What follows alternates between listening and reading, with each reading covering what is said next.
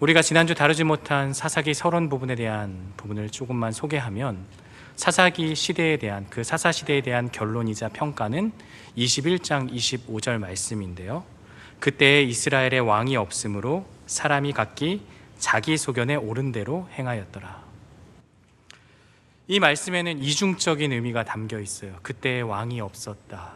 이 말은 지금 이 글을 쓰고 있는 그 시대에는 왕이 있었다라는 것을 말해요. 그래서 이 사사기가 쓰여진 시기에 대해서, 저작 연대에 대해서 많은 학자들이 다윗이 다스리던 이스라엘 초기 왕정 시대였다라고 그렇게 말해요.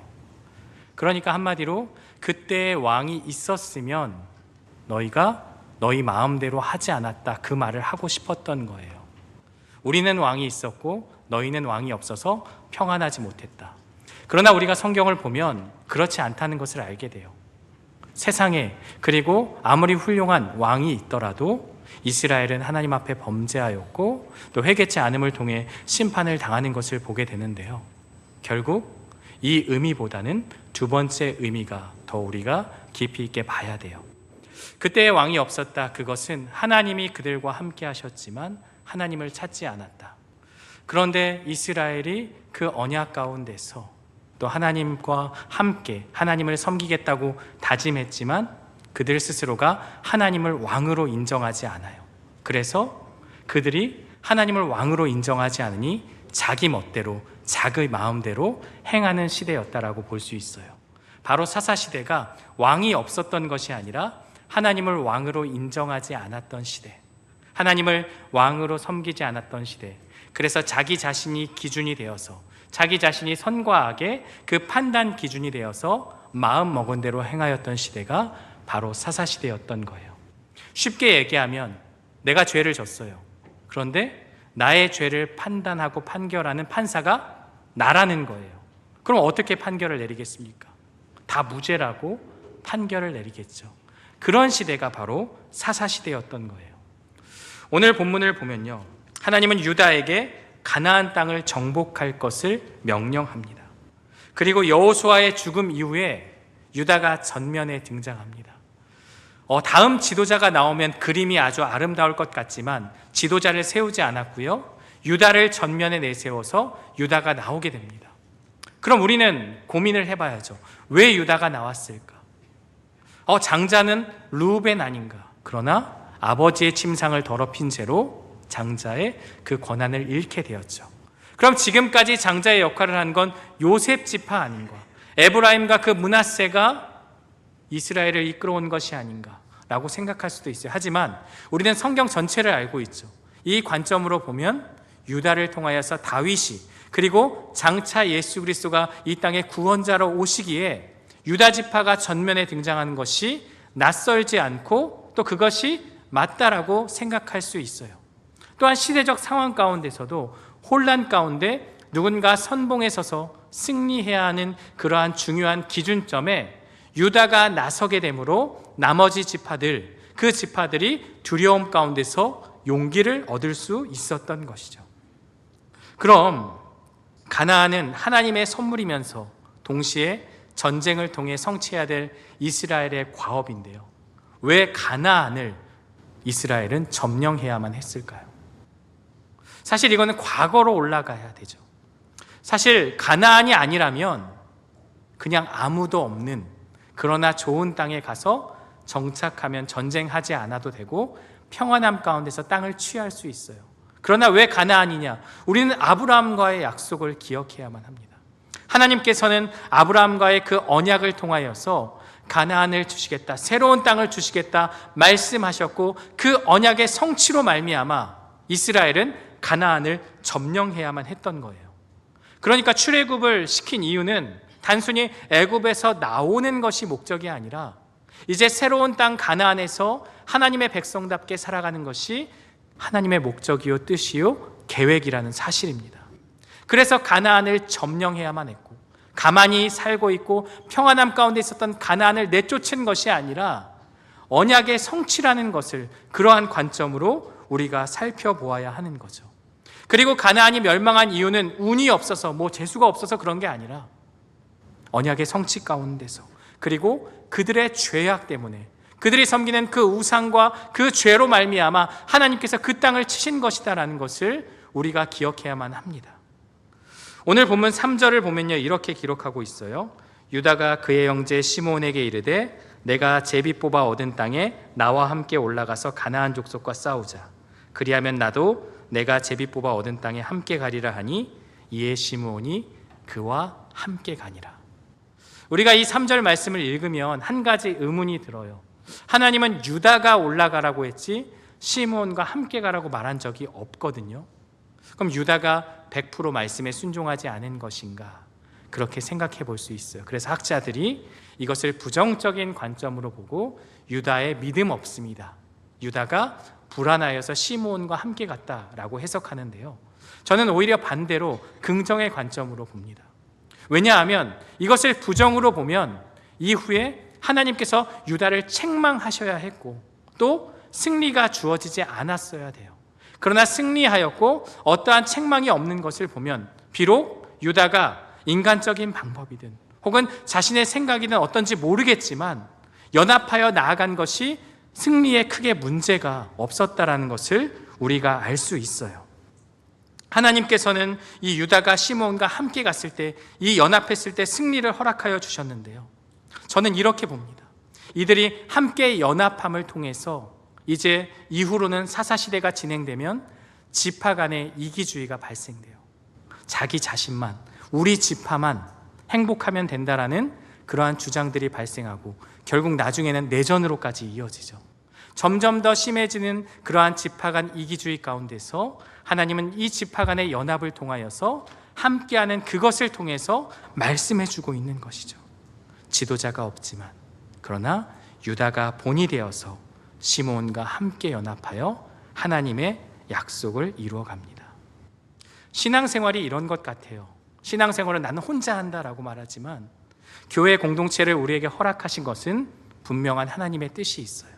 하나님께서 함께하는 그 신앙 공동체로 말미암아 예배하고 또한 구역과 전도회와 또 부서를 통해서 함께하는 교제를 통해 하나님의 뜻을 이루고 또 함께 울고 웃기 위함인데요, 그러나 세상 공동체는 그렇지 않아요. 기쁜 일이 있으면 겉으로는 축하해 주지만 내심 내 마음 속에는 왜 나는 저런 일이 발생하지 않지? 질투도 나고 또 싫어요. 그리고 좋지 않은 일이 일어나면 어때요? 겉으로는 위로하고 위해주는 척하지만 속에서는 막 이런 마음이 들어요. 나는 저 일이 나에게 발생되지 않아서 너무나 감사해. 이게 정말 감사해야 될 일일까요?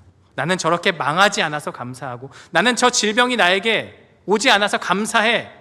뭔가 감사한 것 같지만 한 번만 더 생각해 보면 그게 아닌 거죠.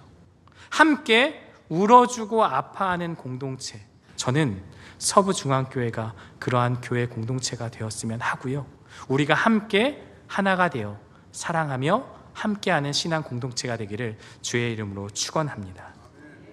4절을 보며 유다가 올라가매 여호와 하나님이 가나안 족속과 브리스 족속을 그들의 손에 넘겨주셨다고 말씀합니다. 이미 2절에 내가 그 땅을 주었다라고 약속하셨기에 믿음으로 순종하면 승리한다는 것은 분명한 사실이에요. 하나님의 말씀은 반드시 이루어집니다. 그때의 왕이 없었던 것이 아니라 하나님이 그들과 함께 하셨고 함께 하시는 하나님을 따르게 되면 반드시 승리한다는 것을 우리에게 말씀해 주고 있어요. 지금까지 이스라엘은 군사력으로 싸운 게 아니에요. 전략과 어떤 무기와 어떤 병력이 많아서 승리한 것이 아니에요. 그들의 승리의 비결은 단 하나, 하나님이 그들과 함께 하심입니다. 하나님은 시몬과의 연합을 말씀하지 않았지만 올라가라는 명령에 믿음으로 순종하였기에 유다가 승리한 것입니다. 오늘 말씀은 두 가지 이야기로 구성되어 있어요. 첫 번째는 아도니 베색의 멸망, 두 번째는 온니엘의 승리입니다. 우리가 살펴보게 될 이 아도니 베색의 삶은요, 죽음과 저주의 길을 말하고요, 온니엘의 이야기는 생명과 축복의 길을 말하고 있어요. 그래서 저는 시편 1편을 한번 생각해 봅니다. 시편 1편을 보면 복 있는 사람과 악인에 대해서 말씀하고 있어요.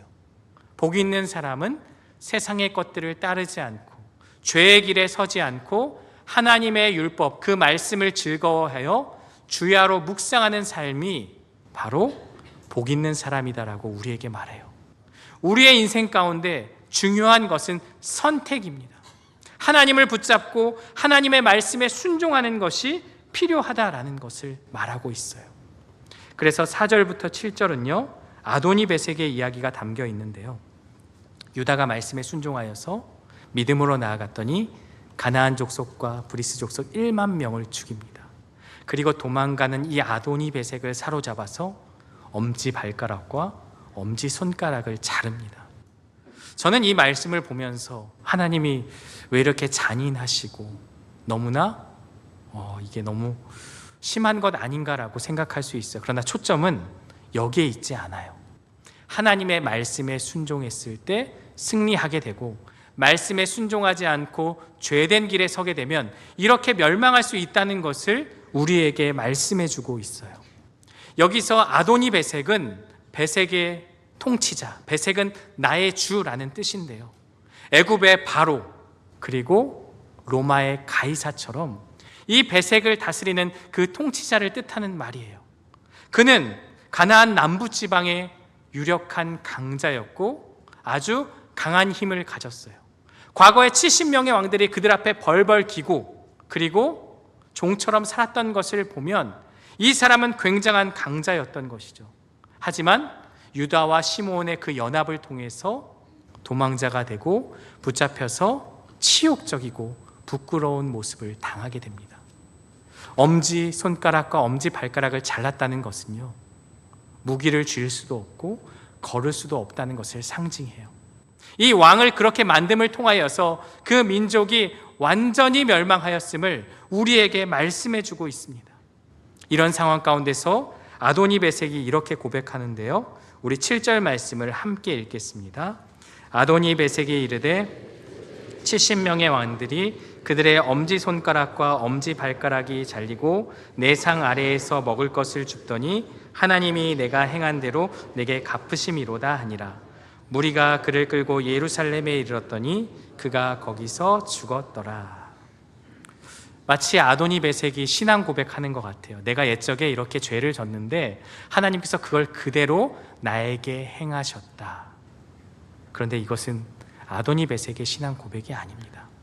사사기 저자는 이 아도니베섹의 입을 빌려서 하나님의 말씀 앞에 바르게 서지 않으면 심판당함을 우리에게 말씀하고 있어요. 그리고 이 가나안 족속이 진멸당하는 것이 언약의 성취임을 우리에게 말씀하고 있어요. 절대 강자지만 하나님 앞에는 무기력한 존재다라는 것이죠. 저는 이 말씀을 읽으며 궁금함이 떠오릅니다. 왜 하필 가나안은 진멸당해야 하며 이스라엘은 구원받아야 하는가? 그러나 생각해 보면 이스라엘도 심판당하고 포로가 되고 멸망당하기도 합니다. 결국 무엇이 중요한 것이냐? 하나님 앞에 서지 않으면 누구나 다 멸망당할 수 있다라는 것입니다. 선택하신 이스라엘을 통하여서 그들이 선택된 것은 그들을 통하여 온 인류를 구원하겠다는 하나님의 계획인 것이죠. 먼저 이스라엘에게 그 말씀을 알려주시고 그들을 통해 온 인류가 하나님의 백성이 되기를 원하셨던 거예요. 가나안이 불쌍하다, 가나안이 뭔가 죄를 너무나 많이 졌지만 너무나도 불쌍한 것 아닌가 생각할 수 있지만 우리는 그 하나님의 공의에 대해서 질문하기보다 지금 나에게 중요한 건 내가 하나님을 믿느냐 안 믿느냐입니다. 내가 지금 하나님을 믿고 있느냐, 하나님이 공의롭지 못하다라고 질문하기 전에 그럼 너는 하나님을 믿고 있니? 라는 그 믿음에서 우리는 출발해야 한다는 것입니다. 바로 나는 지금 하나님의 자녀답게 살아가고 있는가? 오늘 우리 자신의 모습을 돌아보기 원합니다. 8절부터 15절은 생명의 길에 대해서 말씀합니다. 승리한 유다는 승승장구합니다. 그리고 이 본문의 내용들은요, 여호수아 14장과 15장의 내용을 반복하고 있어요.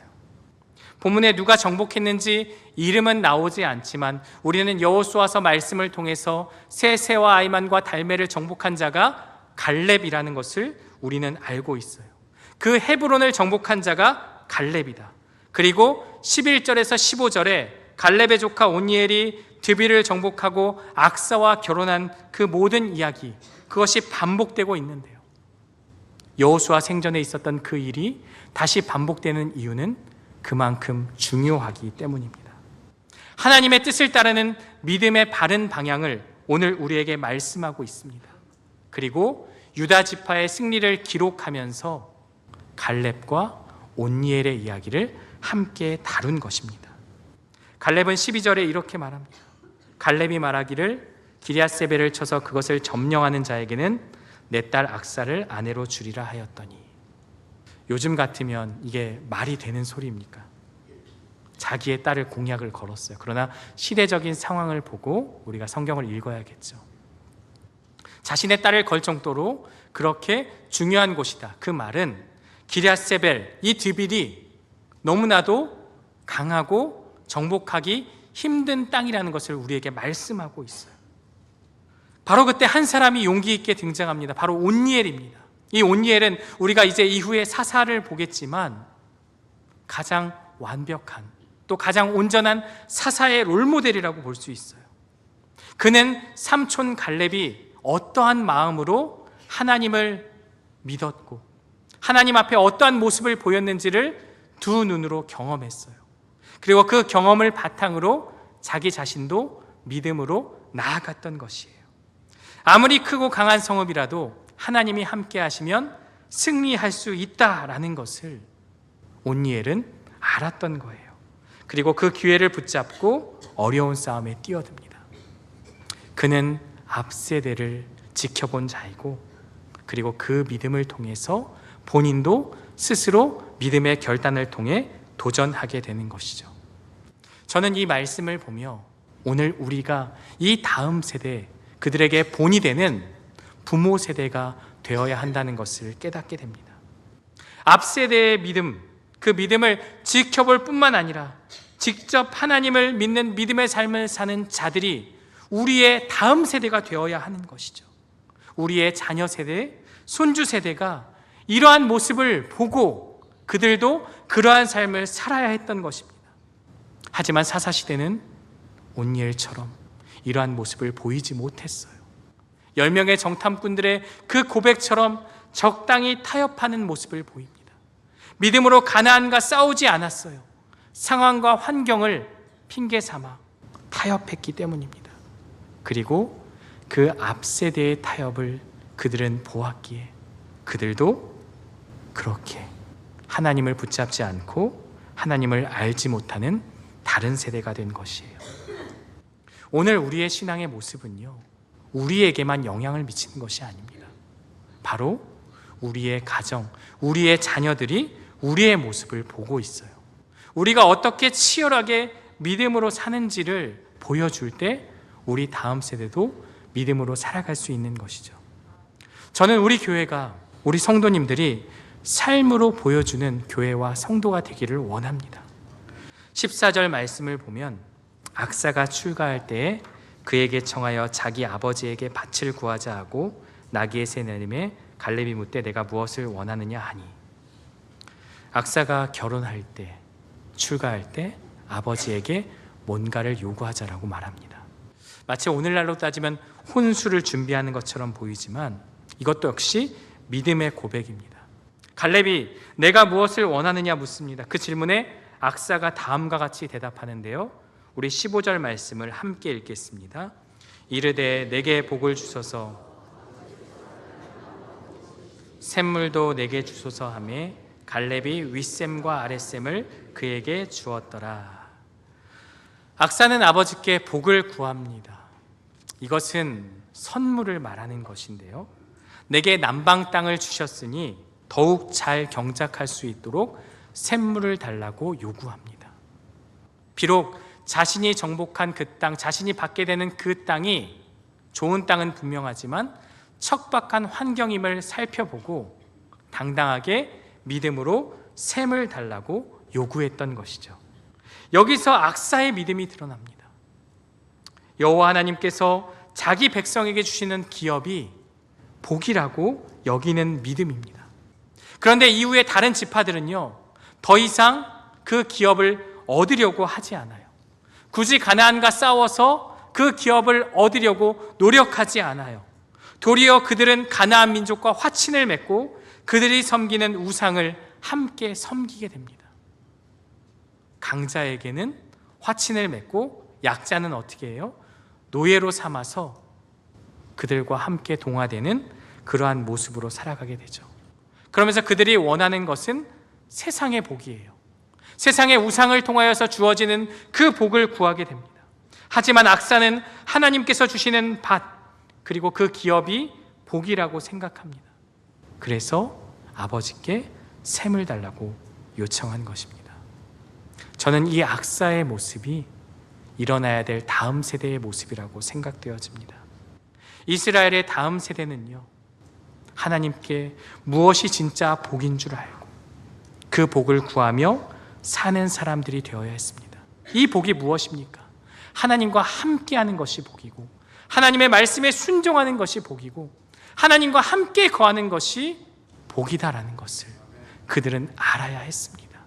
하나님만을 의존하는 그러한 신앙으로 살아가는 것이 참된 복임을 알아야 했고, 그것이 다음 세대가 가야 될 그러한 방향이었던 것입니다. 하지만 이스라엘의 다음 세대는 하나님 나라의 복이 아니라 가나안의 우상들을 따라가는 다른 세대가 되어버립니다. 오늘 본문은요, 유다의 승리가 기록되어 있습니다. 그러나 이후로는 철저히 실패하는 장면이 계속됩니다. 그러나 분명한 것은 승리의 비결은 여호와의 말씀에 순종하는 것이다. 믿음으로 나아가면 순종한다라는 것을 분명하게 제시하고 있습니다. 유다의 승리를 기록한 것은 여호수아의 마지막 말처럼 말씀대로 행하는 자만이 승리할 수 있음을 우리에게 나타내고 있습니다. 부모 세대의 신앙의 모습은 정말 중요합니다. 우리가 자녀에게 말로 하면 자녀는 듣지 않습니다. 우리가 행동으로 보여줄 때, 모습으로 보여줄 때 자녀가 그 모습을 보고 말씀대로 살아갑니다. 그래, 우리 엄마 아빠는, 우리 할머니 할아버지는 어려움의 순간순간마다 하나님께 기도했어. 결정의 순간마다 하나님께 매달렸어. 매일매일 말씀 앞에 바로 서고 그 묵상한 말씀을 살기 위해 치열하게 노력했어. 저는 이 신앙의 유산이 자녀들에게 많은 물질과 많은 부를 안겨주는 것보다 더욱 중요하다고 생각이 되어집니다. 우리가 치열하게 살아온 그 경험들이 아이들에게 하나하나 목격되고, 그것을 통해서 우리의 다음 세대들이 살아가는 그 시대에 말씀만을 붙잡는 우리의 다음 세대들이 되기를 주의 이름으로 축원합니다. 신앙생활을 하다 보면 타협하고 싶을 때가 많이 있습니다. 나 정도만 신앙생활하면 괜찮지라고 생각할 때도 있어요. 사사시대는 시대가 지나며 그 믿음이, 신앙이 하향평준화됩니다. 심지어 사사마저도, 제사장들도 타락하게 됩니다.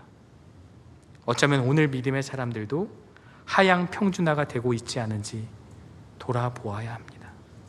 삶 속에서 타협의 순간을 마주할 때마다 우리는 이 말씀을 기억하면 좋겠습니다.